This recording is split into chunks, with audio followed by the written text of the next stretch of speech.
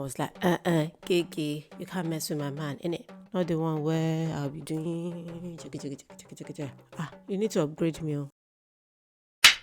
Hello everybody and welcome to another episode of Yoruba movie reviews. Today I'll be reviewing the part 2 of Irawo Nla.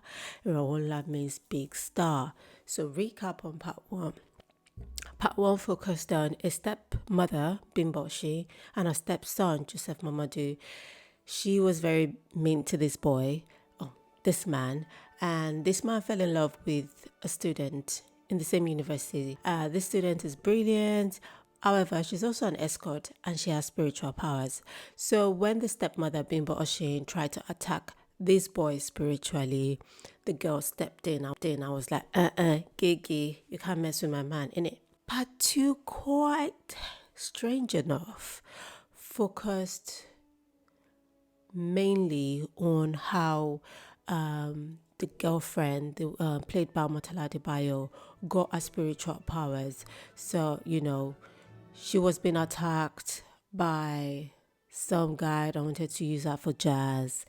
And she went into a trance and she couldn't come out of the trance. So they had to take her to her village and then they had to unravel how she came to get her powers. Basically, she got it from a priest at the request of her mother, and some witches got involved and blah, blah, blah, blah. Basically, she's got a big star. The guy she's dating, Joseph Mamadou, has got a big star. So both of them, star boy, star girl, everything was just starring, And when you got big star, what happens? People try to bring you down. It's life. People are jealous, people are envious. Anyway, we talked about that in part 1. After unraveling how she got her star, the battle commenced. And who won? The girlfriend or Bimboshi, played by the stepmother? And did Joseph Mamadou and Omotala Adebayo's character, did they live happily after ever? You have to watch the movie to find out. Anyway, let's get into the gist. Anyway, you know me. I like to preach. People that do sex work, because sex work is work, yeah? You get paid, there's a service. We talked about that in part 1. That work is risky, like seriously. I think it's as risky as being a soldier because there's a likelihood you might die being a soldier. But being a sex worker, you never know the kind of customer you're going to get. Are they going to use you for jazz? You don't know. You can't tell. Are they going to be really psycho in the head and kill you? Because many sex workers are killed by their customers. Are you going to be mutilated? Like, it's just crazy going to work and not knowing if you come back or not knowing who your customer will be. At least at least if you have, the regular jobs, like a desk job, at least the person first pass security before the person comes to you. And if the person comes to you, God, there will be other people around. But the thing with sex work is you're given a service that you mostly do in private. So even though you have an organ somewhere, the organ will not be in the same room with you. So basically you have no protection between yourself and your customer, and anything can happen. I'm bringing this because in the movie they wanted to use the girl as jazz, but they didn't know that KK should not be regular, and so that's by the side. I think I picked up was, the girl, she has spiritual powers, and when she goes into a trance, in one of the scenes, she went into a trance, the major one, she went into a trance, and when she wanted to come back from the trance, she was having jerky movements. She had trouble coming back from the trance, and they had to take her to her village. And I'm like, I don't want to have that kind of power. Like, if I have that kind of power to, kill people, make them disappear, show them, turn them, burn them. I don't want to, after I'm done using the power, I want to transform back like, Clark Kent or Wonder Woman, transform back with ease, like second skin. Not the one where I'll be doing, you need to upgrade me. My creator needs to upgrade that power ASAP to the latest version. The one where, there won't be any stress, baby girl lifestyle. Another thing, I picked up on was when she went into a trance. She went to a trance. They went to some guy's house to, you know, provide service, sex work service, and that's where she went into the trance. And she fell on the floor, and her friends were concerned about her, and they took her home. I was confused. I was like, what kind of irresponsibility is that? Your friend is going into a trance. You did not, no, sorry. Your friend is having, physical jerky movement that is making you, really concerned about her. She could not even walk herself. Your first thought was not, let me take her to the hospital. If you don't want to take her to a physical doctor, your second thought was, Mama, back on, let me take her to a spiritual doctor. Or let me take her to any form of doctor. But no, you brought her home to do what? To give her water. Luckily enough, spoiler alert, sorry, Auntie Bebe, that brings me to my other topic of discussion is like, stop putting people, like we put people into a box. And it's not so much of a bad thing. It's basically like, we want life to be a bit predictable. So when we put people into a box, life becomes more predictable. You're able to predict some people's behavior. You're able to see life is stressful enough. So putting people into a box is easy, and this person looks like this, so they're likely to be this. But we've also learned that, adults should have also learned that, people are not who they say they are really. So Auntie Bebe, part one, Auntie Bebe, everybody laughed at her. She had a quirky sense of fashion. She speaks a certain way. She was not, looking like the big girls. Her behavior was different. But, this Omotala Adebayo's character was very kind to her. Apparently, Auntie Bebe too, she's very intuitive and she's very spiritual. And when the friends brought Omotala Adebayo's character home, she was the one that was able to like calm her down spiritually by saying some Ifa stuff before they could take her to her village. So it's just like nobody knew that she's got that.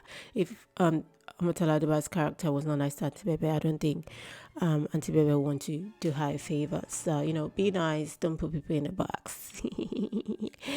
And another thing that was what discussing was, if you find out that your partner is doing a different type of work, let me say a controversial type of work, and they did not let you know, how would you feel? Would that be subject to breakup and stuff like that?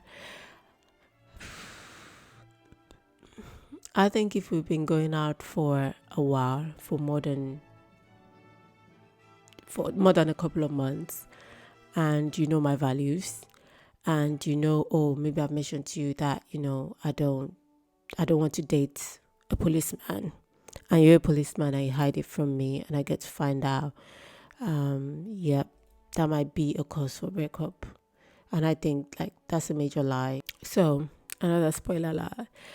I said Joseph Momodu's character, the stepmother was mean to him, and the dad will actually just look on like unbothered, like And I was wondering, like, why would you be so unbothered? Because in part one, I was talking about, like, when you feel your partner is harming your child, you should protect your child and put your relationship towards your child first before your relationship towards your partner.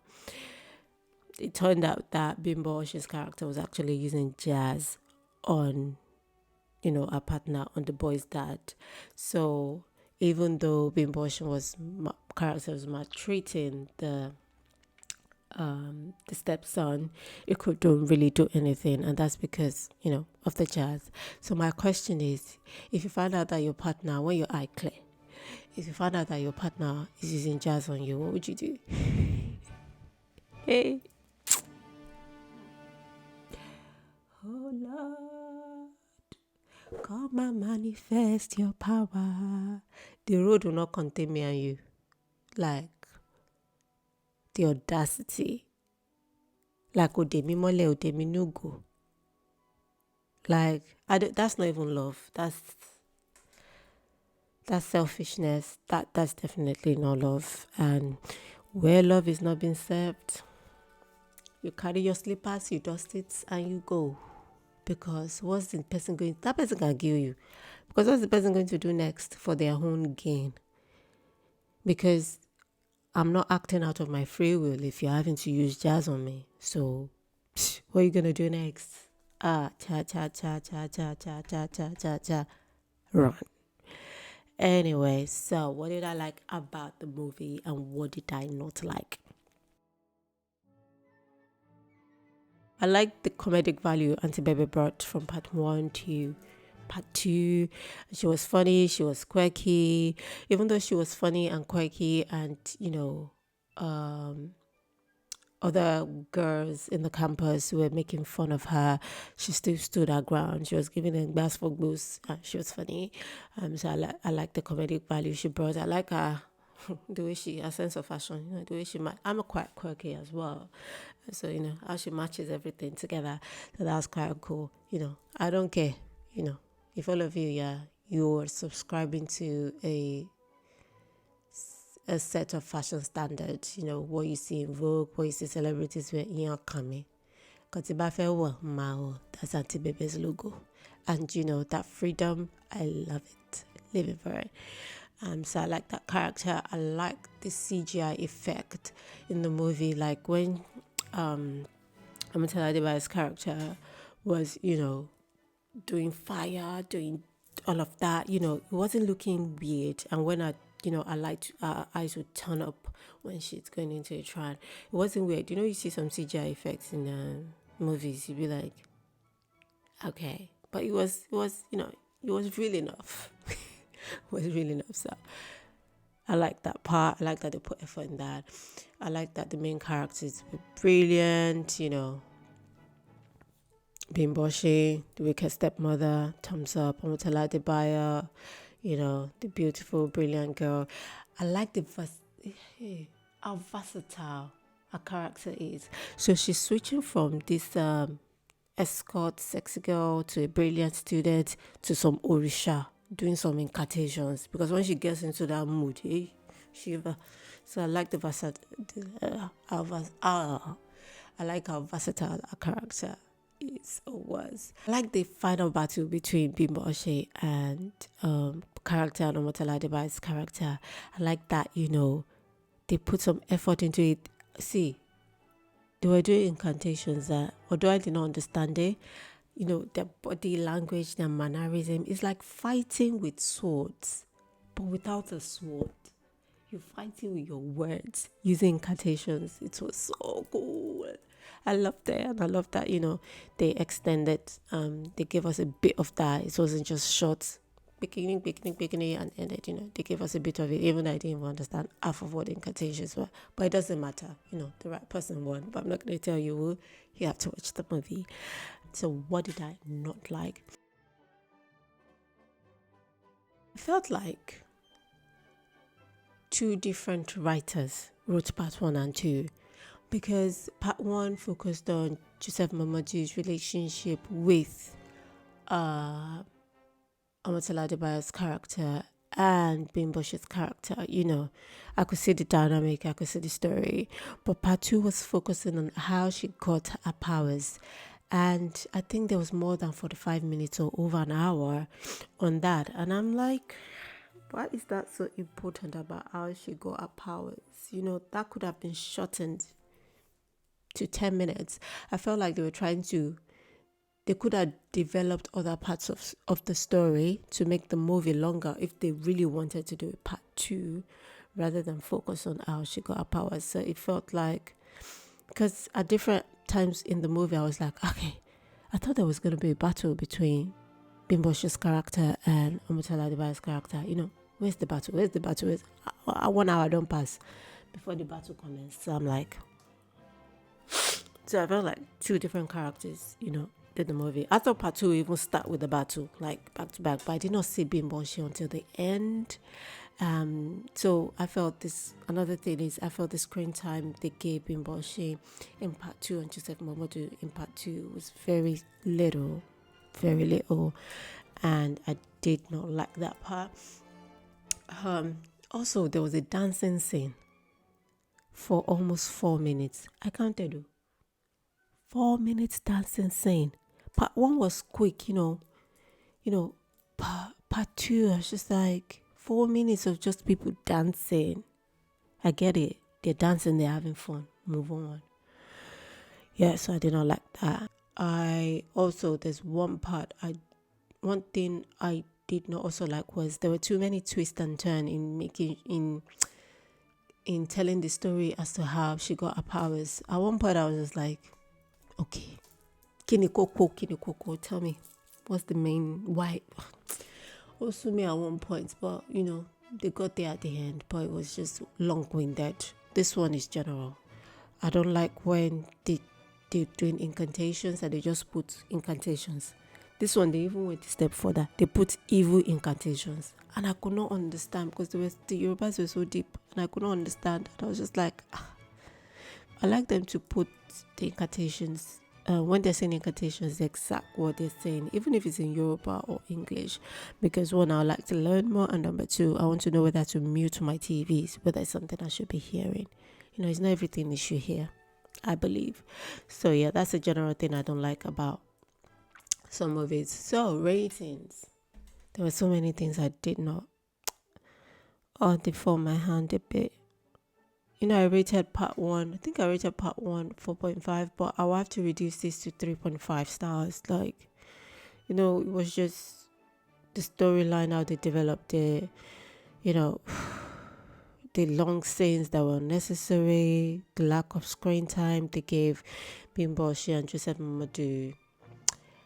So yeah, I'll have to reduce it to 3.5, but it's still worth the watch if you want to know who won, if you want to watch the battle of incantations between Bimbo Oshie and Omotola Adebayo, if you want to watch her transformation, because I said she's a very versatile character, how she transformed, how she was just able to switch. So it's great to see. If you want to see some great acting, it's really a good watch, and there are also lessons to learn from it and topic worth of discussion, as I've mentioned earlier. So yeah, it is a good watch generally. And yeah, that's the end of my review. See you next time. Edeku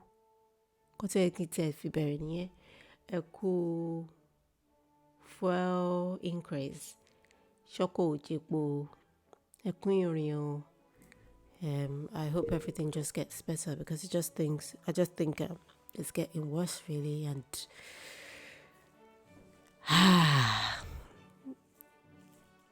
people are praying now that Peter Obi should reclaim his mandate.